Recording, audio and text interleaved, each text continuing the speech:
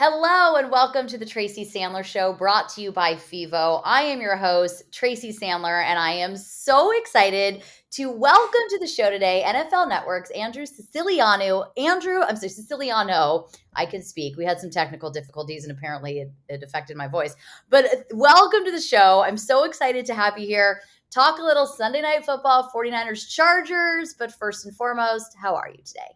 Tracy, it's great to be here. Thank you for having me on. I think we figured out all the technical glitches and pulled the gremlins out of the system, and hopefully we're good to go. Hopefully, though, the audience is missing our dramatic music that we had there for a little while, which was kind of Was amazing. that your piano playing? Was that you? Yes. Yeah, that was me. I'm just that good at piano. Actually, I'm really not. But you know who is, a fun fact? My brother. So there's a fun fact for you. It sounded like the piano coming through the speakers. And have you seen The Watcher yet on Netflix? No? Oh, but now I feel like I don't want to ruin it for you. Okay. Check that out. But there's like a piano coming through the speakers randomly? I don't want to ruin anything. Okay. All right, guys. We'll put this on our agenda of things to do after Sunday Night Football is to watch The Watcher. Well, let's talk a little football. The 49ers coming off of a bye, getting healthy at the right time, which is always a funny football phrase because it's football and you could be getting healthy at the right time and then suffer a myriad of injuries. But in theory, getting healthy at the right time. The Chargers are dealing with a myriad of injuries of their own, and it doesn't seem to be getting any better. But I'll start with San Francisco. As of Wednesday, Eric Armstead, still not practicing, has suffered a number of issues in his foot. There's a hairline fracture. I have it all written down. I just don't have it all written down in front of me, which is so helpful. But that he's been dealing with a myriad of injuries for a while now, and it will be kind of interesting to see as the season goes on when and if he comes back. He is yet to go on IR, but he did not practice on Wednesday when we're recording this. But they get Azeez Al-Shaair back. Juwan Jennings and Deebo Samuel practice in full.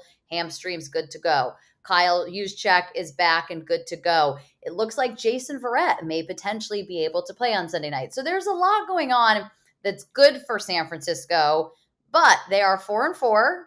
There's a lot of football left to play. How do you see this playing out on Sunday? So I think big picture, step back here for the Niners, considering all the injuries you just listed, the fact that they enter this game, at least they will, they enter the week in a playoff position, I think is somewhat of a minor miracle. I mean, the fact that they're in the 7th spot right now speaks to the job that Kyle has done, obviously speaks to the job that John Lynch has done going out and getting Christian McCaffrey, because that played a huge role in their victory over the Rams when last we saw them on the field. I think a lot depends on, not that the crowd will change the outcome of this game. I think the Niners, we've seen it all in person, are pretty damn comfortable in this building. I think it will feel like a home game again. Well, but they're at Levi's. It is a home game. They're at Levi's. Okay. Well, there you go. I absolutely 1,000,000% misspoke. You could probably cut this. We could totally cut that part. We could also start over if you want, but we could start that. No. We don't have to start over. Here, how about this answer? 3, 2, 1. I think it's a miracle, Tracy, that they're even in the postseason at this point. Like, if the playoffs were to start right now, they'd be in as the 7th seed. I think that's a testament to Kyle. But if they get healthy the second half, they're a team to be reckoned with. I think it's one of the reasons they went out and they got Christian McCaffrey, because they realize eventually Elijah Mitchell gets back. Eventually, fingers crossed, they get healthy on defense here. And when they are healthy, even when they weren't, this defense has shown to be a playoff caliber defense and one that I think they can win with. I think a lot depends for many of these teams, the Niners being one of them, the Chargers certainly being another, and Brandon Staley doesn't get enough credit here for the fact that he's kept this team afloat with all of their injuries, is who is healthy in the second half of the season. Like, is Josh Allen's arm going to fall off? I mean, who knows? We don't know. We don't actually know. Right. Let's hope it doesn't. They have the number 1 defense in football, or at least a top 5 one. They've had trouble stopping the run of late. Who's healthy down the stretch matters for a lot of teams, and if the Niners can get healthy, that'll be huge. So speaking of healthy, I mentioned Deebo Samuel. You mentioned Christian McCaffrey. Kind of a fun Sunday night situation, and then this will be the first week that both of them will be on the field at full strength, so to speak, because the first week Christian McCaffrey had been there about 48 hours when they played the Chiefs, and we got to see a little of him. Obviously, against the Rams, Christian McCaffrey literally did it all. But Deebo Samuel was out that week. So now the Niners have both of their dual threat skill position players in there to help Jimmy Garoppolo and the offense. And I think that is just going to be kind of a fun prime time situation to watch, especially with the Kyle Shanahan offensive scheming that one must imagine he's doing at this point. I think the bye week obviously came at the perfect time. Mm-hmm. And, what Kyle does in the lab and how much more the offense, Christian McCaffrey truly, I know he had the iPad on the plane and I get that. Great. Okay. But the fact that you get a week to digest, also kind of a week to move and get your feet underneath you in a new town, like the basic human things that people have to go through when relocating, not just performing at their grandest professionally with all the world watching. I think that matters a lot. And I'm fascinated to see when this Battlestar is fully operational, how good it truly can be. And it does remain to be seen. But it's interesting. When they traded for Christian McCaffrey, Kyle Shanahan and John Lynch both said he was not a magic pill that was going to fix all of their problems, which I do believe is true.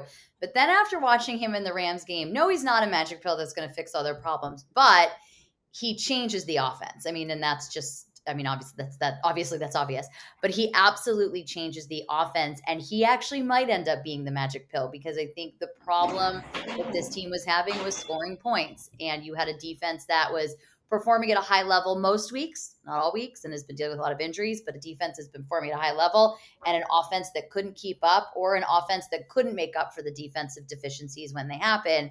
Christian McCaffrey changes all that. So it will be interesting to see. Let's talk a little bit about the Chargers offense before we get back to the 49ers defense. They obviously have an incredible quarterback in Justin Herbert. They have a hell of a running back in Austin Ekeler, dealing with a number of injuries of their own all over the field for the Chargers. What challenges are those going to pose for them this week? So, it's interesting when you look at their offense. If you go back to the first quarter, and they barely held the ball in the first quarter, they couldn't stop the the Falcons run game last week, and the Falcons dominated time of possession with nearly 12 minutes in the first quarter. Nothing was beyond 10 yards. Not a lot of that game was beyond 10 yards, and really it hasn't been since Herbert's injury. Staley says that he is now kind of feeling a little bit better. I think it's key. It's notable that he wasn't sacked last week, even with Trey Pipkins getting banged up. The ball's coming out quickly. Austin Eckler's 29 receptions in the last 3 games. They are not the vertical team they used to be. Now, again, it's not just the O-line where you want the ball to come out quickly. You don't want your quarterback to get hurt. But without Keenan Allen, without Mike Williams last week, and with Josh Palmer as the number 1 target, the offense looks different. This is not the same down the field attack that it was the last 2 years where Justin Herbert, looked like a golden god. He still is that guy. He still has that ability, but they are not taking 5-step, 7-step drops, letting him run around. They're telling him, get the ball out. So it's not what you're used to seeing, but it is still proven highly effective. Austin Eckler's turned into a touchdown machine. They're deadly. He's deadly when he gets the ball in the red zone. And Justin Herbert still has the ability, if he wants to stand back there, to throw it like Josh Allen did 70 yards down the field. But I don't think they want him to do that, and they're doing their damnedest to keep him out of those situations. So for San Francisco on defense, I mentioned Eric Armstead, Javon Kinlaw still on IR. The 49ers do get Azeez Al-Shaair back. As I mentioned, potentially Jason Verrett, his practice window was opened before the bye week. Kyle Shanahan said on Wednesday that he was close to going against the Rams. He also said on Wednesday, what I thought was interesting, is that the 49ers would not be opposed to doing a cornerback by committee. Right now, Deommodore Lenoir has stepped in for Emmanuel Mosley, who is out for the season with a torn ACL, but that should Jason Verrett be healthy, they're not entirely opposed to doing a cornerback by committee, which of course makes sense because Jason Verrett's been hurt a long time and been out a long time. You want to ease him in. To me, that Mosley injury, and I've said this a number of times on this podcast, is one of their bigger ones of the season because, of course, Eric Armstead is a huge injury. Of course, not having Javon Kinlaw, but part of what made the defense was so good is the depth they had in that front 7, and then knowing that they had so much strength in the secondary. They have a true CB1 in Charvarius Ward, which they haven't had in a while, and you had Emmanuel Mosley on the other side. So I say all this to say it becomes interesting because now if Justin Herbert isn't throwing the ball deep downfield. Maybe the Mosley injury isn't that big a deal this week. It's just going to be kind of interesting to see how it all plays out. And you have Charvarius Ward, who's very familiar with this Chargers team because he was on the Chiefs, so played them a number of times. So this will be an interesting situation, and it kind of seems like a good time to perhaps put Jason Verrett in there and see how he does. Hey, listen, if he's ready, put it. No. And I'm with you. And everything you said makes all the sense in the world. If he's ready, put him in there. I say this, when you say CB1, CB2, CB3, if you're going to go anywhere in this league, you need like 5 of those guys. So if you're ready, get in there and play. Just because Justin Herbert isn't stretching the field, he still did throw the ball 43 times last week. So whether it's short or whether it's long, this has never been a team that's dedicated itself to the run. Also a team that has trouble stopping the run. It's fascinating the way teams play the Chargers, like the Seahawks a couple of weeks ago. I'm sorry, the Chargers a couple of weeks ago against the Seahawks. Seattle can't stop the run. The Chargers ran it 13 times. 13 times. So they're still going to rely on their best weapon. Right. So, I mean, and that one was maddening. The Seahawks come down here, control the clock, control the game. They can't stop the run. The Chargers don't run. They don't run. A lot of it has to do with Corey Linsley, right? Without their center, Corey Linsley, their offense kind of breaks down, right? You want the shorter drops. The run game just goes out the window. They don't have confidence that they could run the ball without Corey Linsley, period. So the O-line issues, especially with Rashawn Slater out, have changed everything with Slater. I'm sorry, with the Chargers, not just the rib injury, it's the O-line injuries. And speaking of O-lines, it's so funny because the 49ers going into the season, that was a huge question mark. Like, what is happening on the interior of that offensive line? Will they be able to put chemistry together? And honestly, they've been pretty good. And they have been able to keep it together. They've been able to pretty much protect the quarterback. They've been able to run the football. And there's the chance Elijah Mitchell comes back. So the 49ers, for anybody who missed it, during the bye week, right before the trade deadline, did trade Jeff Wilson Jr. to Miami, which was a very difficult decision for them. And, he ultimately, I think, wanted to be traded as much as he loved San Francisco. The Christian McCaffrey trade kind of just changed everything in the dynamic of that running back room.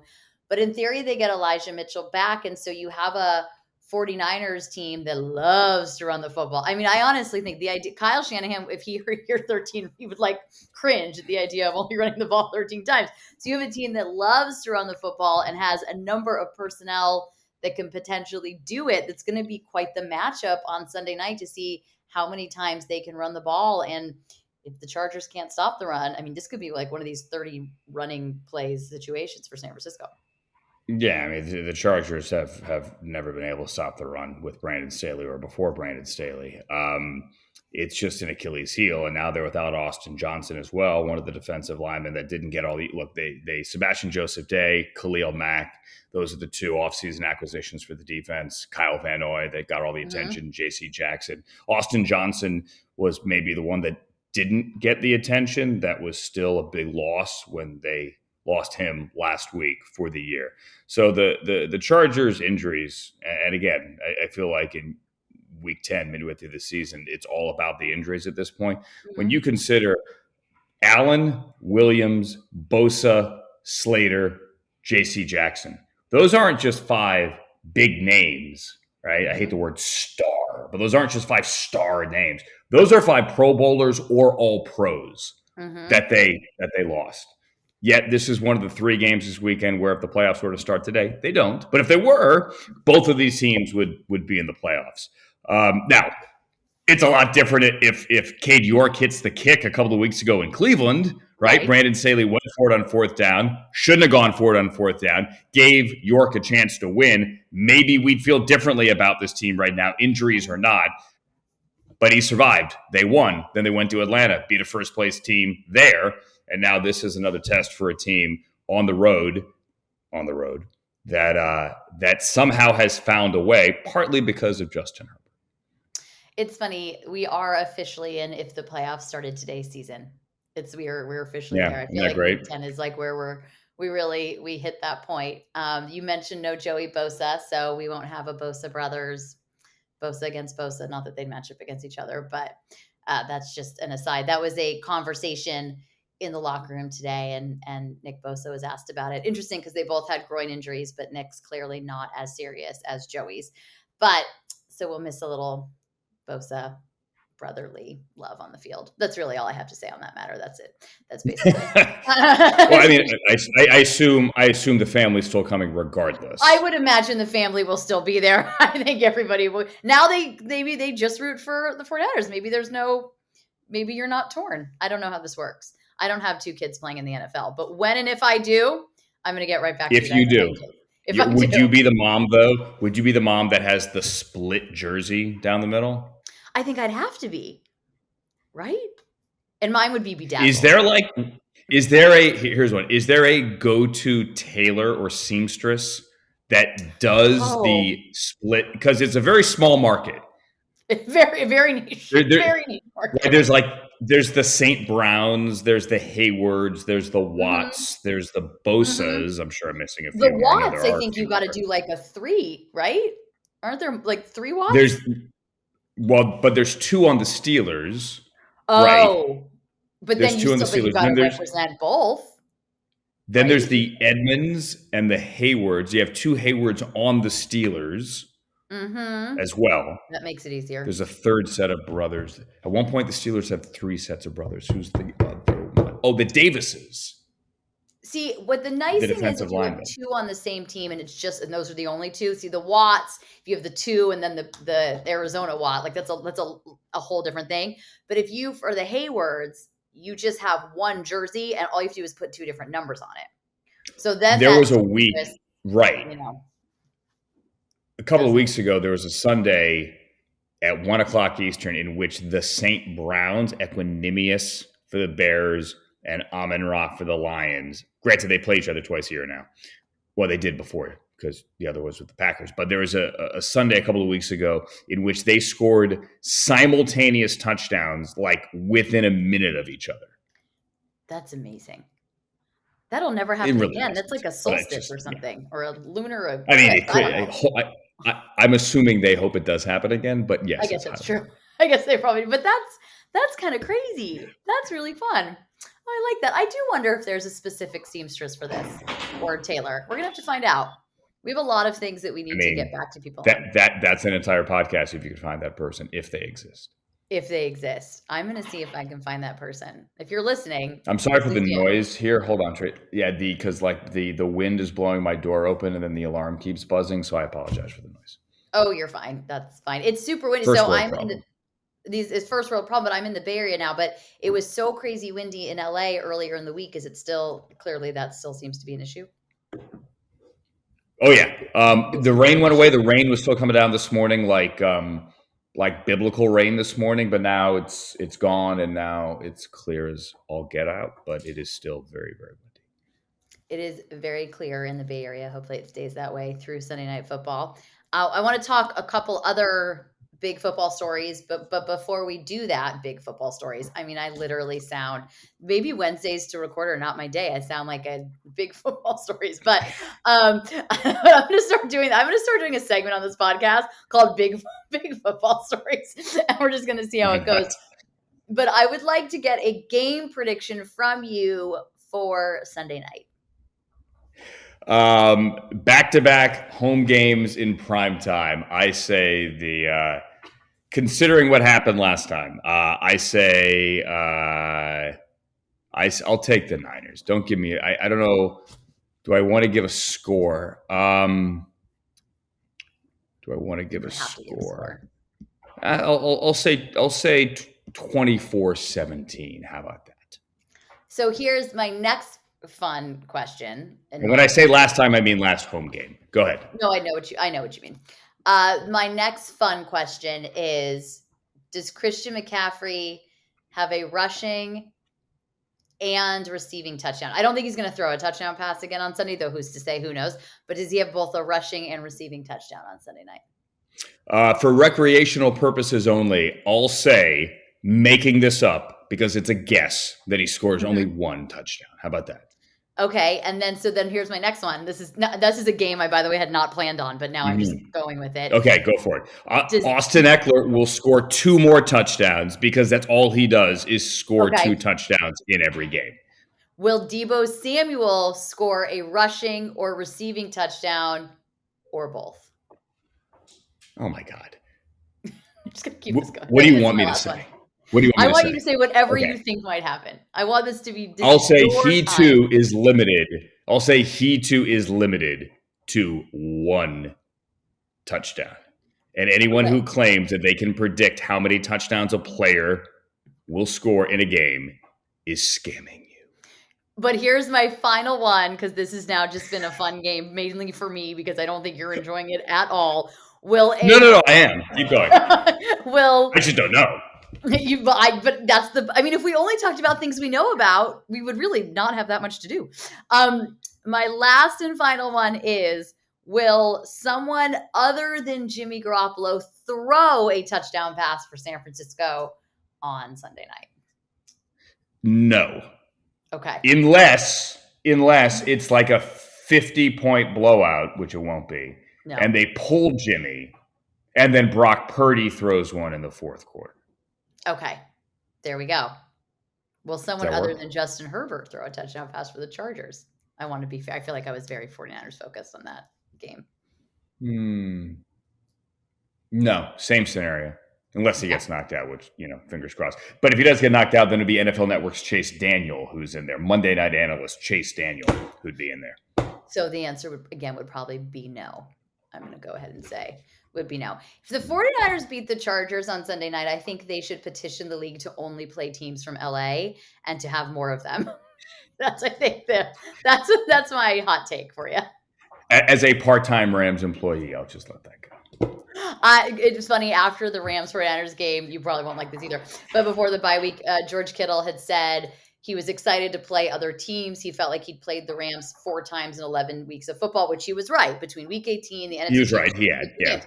And he was like, I'm excited to play other teams. I didn't say this, but I kind of wanted to be like, yo, if I were you, I would only want to play this team. I want to play this team every single week. But I didn't say that. And I can see and from a Rams perspective, they don't have much room to push back other than the one game that really mattered. Even though I always make the argument. I'd let you say it. Yeah, it's the one that mattered. It's the one that mattered. Not that week 18 didn't matter last year. It certainly mattered. It mattered more for San Francisco than the Rams, but it did matter. But yeah, no, other than that. But I think one could even make the argument that the 49ers did dominate that game. They just couldn't close it out, which doesn't matter. Well, I think you could, but if you don't win. If you want to make the same argument, and let me preface this by saying the Niners in the second half kind of kicked the Rams' butt a couple of weeks ago when they were down here, and the scoreboard is representative of the fact that they did win the game and deserved to win the game. The Rams, out of their bye when the Niners were down here, played their best first half of the season. You argue their best half of the season, right, in the first half. And then seemingly in the second half, everything went their way. Or it didn't go their way. Jalen Ramsey drops a pick. Don't see that very often, although you saw it again last week. The McCaffrey fumble goes right to Ray McCloud, like gift wrapped, right? Gift wrap. And Tyler Higbee on third down in a 2-score game drops a pass on his back hip there, where if he catches it, which he didn't, he dropped it. So, that's on him.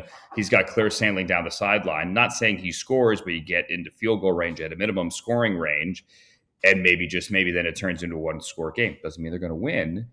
So the Rams came away from that one going, damn, we played our best half of the season and then kind of pooped the bed, my words, not theirs, in the second half. But there are so many what ifs. And I actually do think it speaks to, like, look at the Niners record. Obviously, they're in the 7th seed. Look at the Chargers record where they are as well. It speaks to, other than the Bills, Eagles, Chiefs, Vikings, right, Cowboys, maybe the absolute top, Ravens now at 6-3, the top of the league. Everyone else is kind of just thrown in there. And like, we think the Niners, if they're healthy, make a run. We think the Chargers, if possibly they get healthy, but Slater's not coming back. That's a big one at left tackle. They make a run. But the margin of error between these two teams, or all these teams, is so small. Like, I'm a Browns fan. If Cade York hits that field goal, no, it's fine. I have no problem with it. I'm happy. If Cade York hits that field goal, they're 4-5. It feels a lot different, right? Brandon Oh, Staley so different. handed him the game on a silver platter. The kid missed the kick. It happens. He's hit longer kicks than that this year, but he hit that one. Mm-hmm. If Amari Cooper isn't called for a somewhat questionable push-off on what was a game-winning touchdown with 30 Mm-hmm. seconds remaining against the Ravens, that's two. Then you flip it around, they're 5-4. It feels a lot different. But they Hugely lost different. those games. Fair and square. But there are so many teams like that where Mm-hmm. one kick here, one fumble that bounces into somebody's belly there, and their playoff fortunes or the outlook for these last 2 months of the season are so vastly different.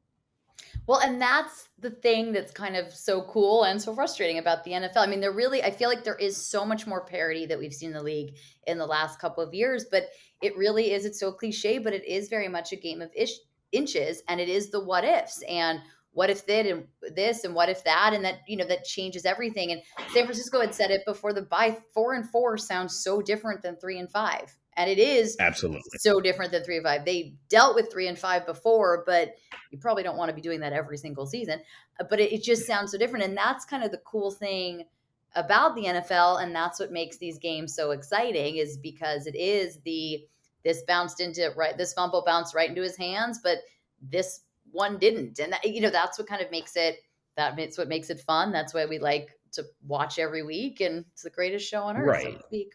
And that's why, though, teams like the Vikings and the Giants, with Kevin O'Connell and Brian Daboll at 7-1 and 6-2, right? Mm-hmm. Should, or 6-2, deserve all the credit in the world, because in those end of game situations, they haven't made those mistakes. Quite the opposite. They have excelled.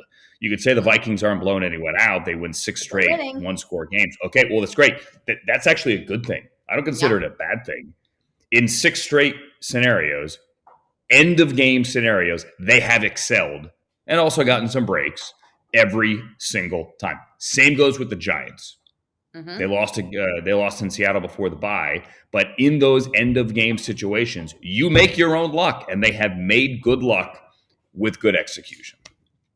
Speaking of end of game situations, this will lead me into one of my big football stories that I spoke of. We saw the Jets beat the Bills the other day, and I think this is a team to watch, and that's exciting. But I bring that up because the Bills may have an issue. We brought it up earlier with Josh Allen at quarterback. I feel like there's a collective breath in the NFL because he's been so incredible to watch, and what he can do is so exciting, and nobody wants to see Josh Allen with a severe elbow injury. Maybe not nobody. No, and we don't know that it is or isn't. We don't know. We don't know what it is yet. We don't know. At least when we're taping this on Wednesday evening. When Chris Mortensen says UCL, I mean, if you are at all a baseball fan, you think Tommy John surgery and they're shutting him down for the year. Our guys on NFL Network have been adamant that is not the case. That is not the fear. I am not at all surprised that he didn't practice on Wednesday. I mean, of course not. They're going to be cautious. Why would you put him out there on Wednesday? What happens Thursday, Friday, that remains to be seen. Regardless, if he doesn't play, I think his long-term health here, and long-term meaning a few weeks from now or a few years from now, is by far the most important thing. The Bills are good enough as a team to survive multiple weeks with Case Keenum if they need to. I wouldn't want to ride him into the playoffs, but we saw Case Keenum. I was there last year when he came in for Baker Mayfield, and on a short week for the Browns, beat the Broncos. It's why you have Case Keenum on your roster, right? Absolutely. For situations like these. They still have a top 5 defense. They are the better team. They are at home, and it's the Case Keenum, Stephon Diggs revenge game if he's got to play. Fingers crossed Josh is okay. That is fingers crossed. I think we are all hoping for that. That was my big football story. Though also I'm glad I brought up the Jets because I'm happy for Jets fans. I also am really happy for Robert Sala because it was a joy to cover him, and I just think he's the best. And so kind of happy to see him excel, but that was pretty cool on Sunday. And it was funny because I think you'll appreciate this. I was out Saturday night, and whether you're going to appreciate it or not, you're going to have to hear it. But I was out Saturday night, and my friend said to me, what are the premier games tomorrow? And I said to him, well, the Bills-Jets is kind of a big one. And he said to me, 10 weeks ago, if you told me that that was a premier game, I was like, no, it's an interesting game and it's an important game for the Jets. And I think it's big for them long term. So that was kind of a fun one to see. Well, and the same thing last week. I had Geno Smith on my show on NFL Network, and I said, and obviously, what's Geno going to say? Oh yeah, we're thrilled, like we're stunned that we're good. He's not going to say that, but said like Geno, if you had told people in August that the primo game of the 4 p.m. Eastern time window, Week 8, was going to be Giants at Seahawks, people would have laughed at you. Mm-hmm. I mean, not at you personally, wouldn't laugh at him personally, but you know what I'm saying. Same goes for Bills Jets. It was Tracy, the biggest Bills Jets game in 24 years, since 98. It was the first time those two teams had met this late in the season, where they're both 2 games over 500 since a game in 98, where it was like it was Wade Phillips against, I think, maybe Pete Carroll. I think. Wow. Or maybe it was Parcells. I don't remember. And it was Vinny and Doug Flutie as the quarterbacks. That's amazing.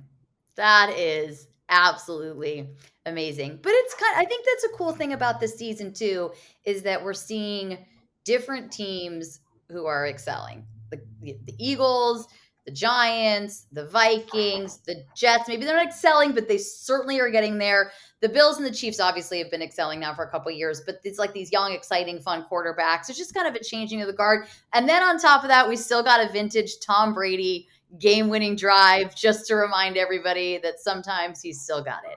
And that was fun, but it's been cool to kind of see different teams emerge. The Dolphins, as long as we're talking about former 49ers coordinators, we are seeing kind of some fun, cool things in the NFL right now. Hey, listen, we needed to stay, I would say not stay interested, but it's one of the beauties of this league that you have every single year a minimum of 4 new teams in the playoffs. Obviously, we expanded the playoffs last year from 12 to 14. I don't quote me on this, but I believe off the top of my head that if the playoffs were to start right now, we would have 7 new teams out of the 14. I think, don't quote me on that. It's at least won't, but I like the idea of it, though. Well, hold on one sec. I'll tell you right now, as we record this before Thursday Night Football. So let's go with this. Baltimore didn't make the playoffs last year. The Jets didn't. The Dolphins didn't. The Chargers didn't. So that's 4 in the AFC. In the NFC, the Vikings, the Seahawks, the Giants. So, yeah, 7 teams. If the playoffs were to start today before TNF, 7. Well, there you go. Let's see if that's the case in a couple of months. There are 2 months left in the season, and we'll have lots more to talk about. Andrew, thank you for joining me today. Tracy, my pleasure. Let's do it again soon. Safe travels. And you know what? When you're back here in LA for the Niners Rams wildcard game, how about that? That sounds just fantastic, because it is a journey that we're probably bound to have come our way. You guys, we are brought to you by FIVO. We are brought to you by ButcherBox. We are brought to you by Bet Online. We're just brought to you by so many things. Thank you so much for listening. If you liked what you heard, make sure to leave us a 5-star review. And we'll see everybody on Sunday on the Twitters. Bye all.